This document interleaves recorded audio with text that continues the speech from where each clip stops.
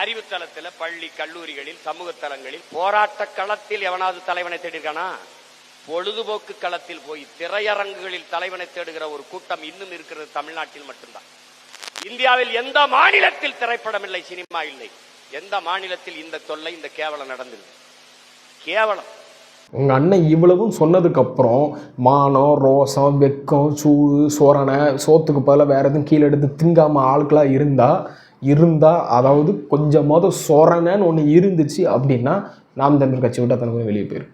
எதுக்குன்னா உங்கள் அண்ணன் தான் சொல்கிறாரு, சினிமா பின்புலத்துலேருந்து வந்தவங்க, சினிமாவிலேருந்து வந்தவங்க, எத்தனையோ நாட்டில் வந்து எத்தனையோ மாநிலத்தில் வந்து சினிமாலாம் இருக்குது. இப்படி யாராவது ஒருத்தங்க வந்து இந்த மாதிரி திரைத்துறையிலேருந்து வந்தவங்க மேலே வந்து அலைஞ்சாங்களா அப்படின்னு சொல்லிட்டு உட்காந்து கேட்குறாருல. உன் ஒன்றை எங்கேருந்து வந்தார்? உன் ஒன்றை இன்னும் படம் நடிச்சிட்டு இருக்காரு. இதே சாட்டை வாயால் தான் என்ன சொன்னால் ஒரு வருஷத்துக்கு ஒரு படம் நடிக்கிறார், அதுலேருந்து சம்பாத்தியம் வருதுன்னு சொல்கிறாருல. ஏண்டா உங்கள் நொண்ணை திரைத்துறையில் வர்றது தப்பு இல்லை, உங்கள் நொண்ணை திரைத்துறையில் நடிச்சுட்டு வர்றது தப்பு இல்லை. உங்கள் அண்ணனே ஒரு ஆக்டர் தான்டா. என்ன எனக்கு புரியல, எந்த தைரியத்தில் எப்படி ஒரு கேவலமான ஒரு ஸ்டேட்மெண்ட் எடுத்து வைக்கிறீங்க? மானமே கிடையாது அவங்களுக்கு. மானத்தெல்லாம் அப்பவுமே காற்றுல பறக்க விட்டீங்களா? சரி, மானம் தான் இல்லை, ரோசம் அதுவும் கிடையாதா, சொரணை அதுவும் கிடையாதா? எதுவுமே இல்லாமல் ஒரு மனுஷன் இந்த உலகத்தில் வாழ்கிறான் அப்படின்னா இந்த மனுஷனை எடுத்துக்கலாம் போல. ஏண்டா நீங்களே எங்கேருந்து வந்தீங்கன்னு கொஞ்சம் கூட யோசிக்க மாட்டீங்களா?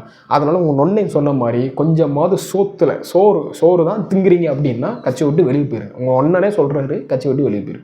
அண்ணன் சீமான் நடிக்கிறான். ஆமா, சினிமாவில் வந்து சீமான் 100 படம் நடிச்சு ரசிகர் மன்றத்தை அப்படியே மக்கள் இயக்கமா மாத்தி, மக்கள் இயக்கத்தை அப்படியே அரசியல் இயக்கமா மாத்தி, அந்த ரசிகர் மன்ற தலைவர்களையே அவர் வந்து மாவட்ட செயலராக போட்டு தான் கட்சி கட்டியிருக்காரு. சீமான் என்பவர் சினிமாவில் தொழிலுக்காக இயக்குனராக இருந்தார், திரைப்படங்கள் நடித்தார். ஆனால் மக்களுக்காக, மொழிக்காக, இனத்திற்காக சிறைக்கு போய் யார் இந்த சீமான் அதுக்கப்புறம் அடையாளப்பட்டு லட்சக்கணக்கான தமிழ் உணர்வாளர்கள் ஒன்று கூடி அவரை தலைமையேற்று அதுக்கப்புறம் அவரே ஒரு பாதையை உருவாக்கி இன்னைக்கு ஒரு பேர் இயக்கமாக பெரிய கட்சியாக மாறி நிக்குது. ஆமா, தொழிலுக்காக உள்ள போனார், தொழிலுக்காக படம் நடிச்சார், இயக்குனர், அதுக்கப்புறம் வந்து சிறை செஞ்சோன்னு யாரா அந்த சீமான்னு சொல்லிட்டு கூப்பிட்டு வந்து அவரை வந்து லட்சக்கணக்கான மக்கள் அவரை வந்து அரசியல் இயக்கமா மாத்துறதுக்காக உள்ள வந்து அவர் இப்போ அரசியல் கட்சி இது பண்ணி தமிழ்நாட்டு மக்களுக்காக அவருக்குள்ள போராடிட்டு இருக்கிறார். அப்படி வச்சுக்கலாமா? இல்லைன்னா இன்னொரு கதை ஒன்று இருக்குது. அதாவது திரைத்துறையில் சம்பாதிக்க முடியுமோ இல்லையா, திரள் நிதியில் நல்லா சம்பாதிக்கலாம்.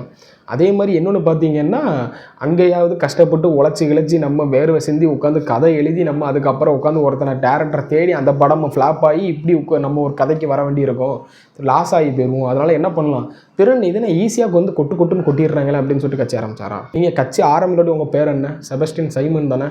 நீங்கள் ஒரு நல்ல மானம் உள்ளவராக இருந்தால் அதே பேரை தானே வச்சுருக்கணும். ஏன் செந்தமிழ் சீமான் மாறுது? செந்தமிழை தூர விட்டுருங்க, நீங்களே உங்களை வச்சுக்கிடுவீங்க. சீமான் அவர்கள் பேர் ஏன் வந்துச்சு? சீமான் அவர்களும் பேர் வச்சுக்கிட்டீங்க. திறன்நிதி எப்படி? திரைத்துறையில் நடிக்க முடியாத, அதாவது திரைத்துறையில் சம்பாதிக்க முடியாத திறன்நிதியில் கிடைக்குன்னு வந்தீங்களா? திரைத்துறையில் கிடைக்காத பேரும் புகழோட விட்டுருங்க, திரைத்துறையில் கிடைக்காத ஒரு இது இங்கே நம்ம இதில் வந்து இதில் கிடச்சிரும் அப்படின்னு சொல்லிட்டு அரசியலில் கிடச்சிரும்னு சொல்லிட்டு வந்தீங்களா? எந்த லாபத்துக்காக வந்தீங்க? எந்த சுய லாபத்துக்காக வந்தீங்க? 15 வருஷமாக இங்கே நீங்கள் என்ன பண்ணீங்க? ஒன்றே பண்ணீங்க, பிரபாகரங்களோட பேரை எடுத்துகிட்டு அதை வச்சு நீங்கள் அரசியல் பண்ணீங்க. நீங்கள் என்னங்க ஈழத்தில் போர் நடக்கும்போதில் நாங்கள் அப்படி இப்படி என்ன பண்ணி கிழிச்சிங்க? ஈழத்தில் உங்கள் அண்ணன் ஒன்று போனாரா இல்லையா? அதுக்கு ஏதாவது ப்ரூஃப் இருக்கா இல்லையா? எங்கள் அண்ணன் அதை பண்ணாங்க, இதை பண்ணாங்க, நாங்கள் இவ்வளோ தமிழுக்காக போராடுறோம். தமிழுக்காக நீங்கள் என்ன பண்ணீங்க? தமிழ் தேசியத்துக்காக என்ன பண்ணீங்க? எங்கே குரல் கொடுத்தீங்க? ஏதாவது சொல்ல முடியுமா? ஒன்றும் சொல்ல முடியாது. உங்கள் கொள்கை தான் என்ன? இங்கே ஒரு பேச்சு, அங்கே ஒரு பேச்சு, நடுவில் ஒரு பேச்சு. உங்கள் ஒன்றும் சொல்கிற மாதிரி சொல்கிறேன்.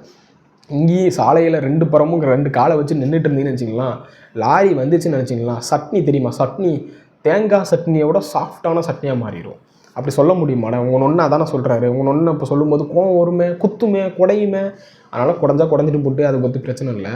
பட்டு மற்றவங்கள சொல்கிறக்கு முடியும், மற்றவங்கள பற்றி அவதூறும் கேவலமாக பேசுகிற முடியும். நம்மளையும் ஒருத்தன் பேசுகிறக்கு வருவானு சொல்லிட்டு கொஞ்சமாக சிந்திச்சு பேசினீங்க. சாட்டை மாமா அவர்களே, அப்படி சிந்திச்சு பேசுனீங்கன்னா உங்கள் வார்த்தை தெளிவாக இருக்கும். அந்த வார்த்தையே கிடையாது. உங்களுக்கு மானம் கிடையாது. வாயில் வந்ததெல்லாம் அடித்து விடுவீங்க. உங்களை கேட்குறக்கும் ஒரு 20 லட்சம் கூட்டம், இப்போ 20 லட்சம் பேர் இருக்கிறீங்க.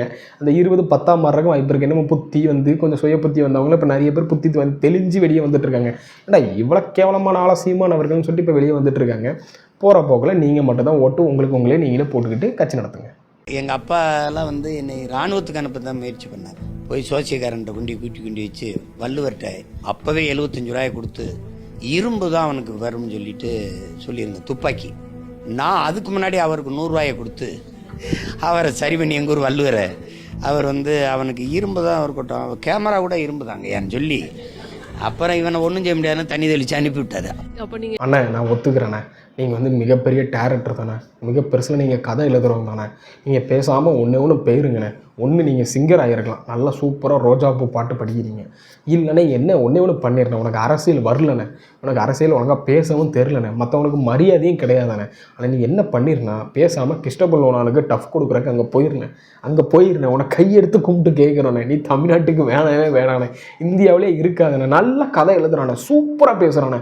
உன்னோட கதைக்கு இங்கே ஈடு கொடுக்குறதுக்கு இந்த உலகத்திலே யாரும் கிடையாது. அதனால் பேசாமல் என்ன பண்ணிடு அப்படின்னானே, பேசாமல் கிளம்பி அமெரிக்காவோ இங்கிலாந்தோ எங்கேயாவது சைனாக்கினா எங்கேயாவது போய் அங்கே போய் படம் எடுத்து நீ ஓன்னு போன ஆஸ்கார் லெவலில் வாங்கி கூச்சிருக்கலாம். எனக்கு தெரிஞ்ச இந்த 15 வருஷத்துல நீ தமிழ்நாட்டுக்குள்ள மட்டும் பிறக்கலன்னு, சாரி தமிழ்நாட்டுக்குள்ள மட்டும் இல்லாமல் இருந்தால் நினச்சிக்கியா.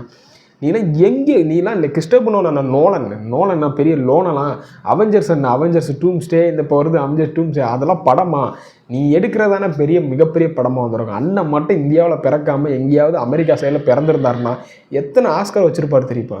யாருக்கும் அது தெரிய மாட்டேங்குது. உன்னை பற்றி நான் நல்லா புரிஞ்சு வச்சுருக்கேன். அதனால் நீ என்ன பண்ணுற அப்படின்னா பேசாமல் கிளம்பி, இப்போ கூட ஒன்றும் இல்லைண்ணே, பேசாமல் கிளம்பி போயிருந்தேன்.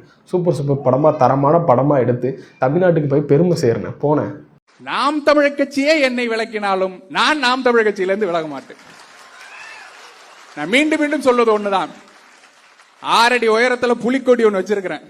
நாளைக்கே செத்தா கூட எந்திரிச்சு புலிக்கொடியை போத்திட்டு சாவனே தவிர இன்னொரு கட்சி பக்கம் எட்டி பார்ப்பதில்லை. ஏன்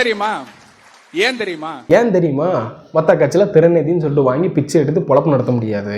இந்த கட்சியில் எவன் கேட்டாலும் திறநிதின்னு சொன்னால் பிச்சை போட்டுருவானுங்க.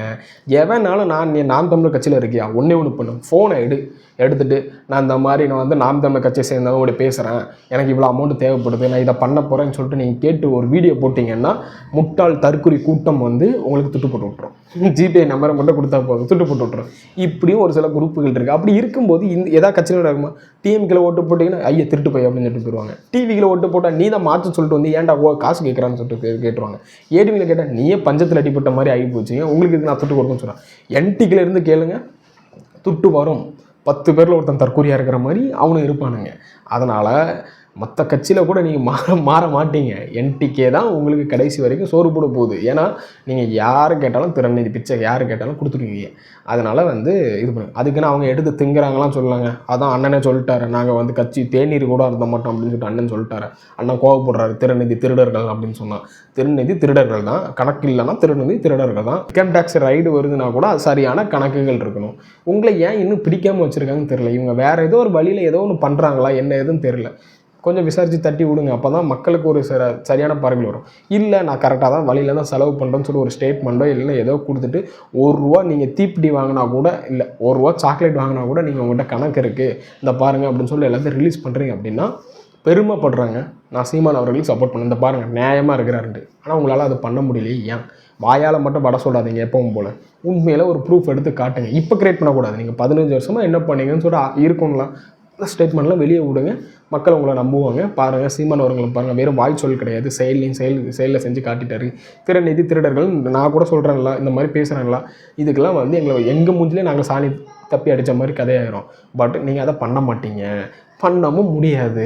கடைசி வரைக்கும் இப்படி உட்காந்துட்டு வாயில் மட்டும் வடை சுடுறது எப்படின்னு கேட்டிங்கன்னா அண்ணன் சொல்லி கொடுப்பார். வாயிலே வடை எப்படி சுடலாம் அப்படின்னு சொன்னீங்கன்னா எனக்கு என்ன எதுவும் தேவையில்லை, வாய் மட்டும் இருந்தால் போதும். அதை அண்ணனை பார்த்து கற்றுக்குங்க.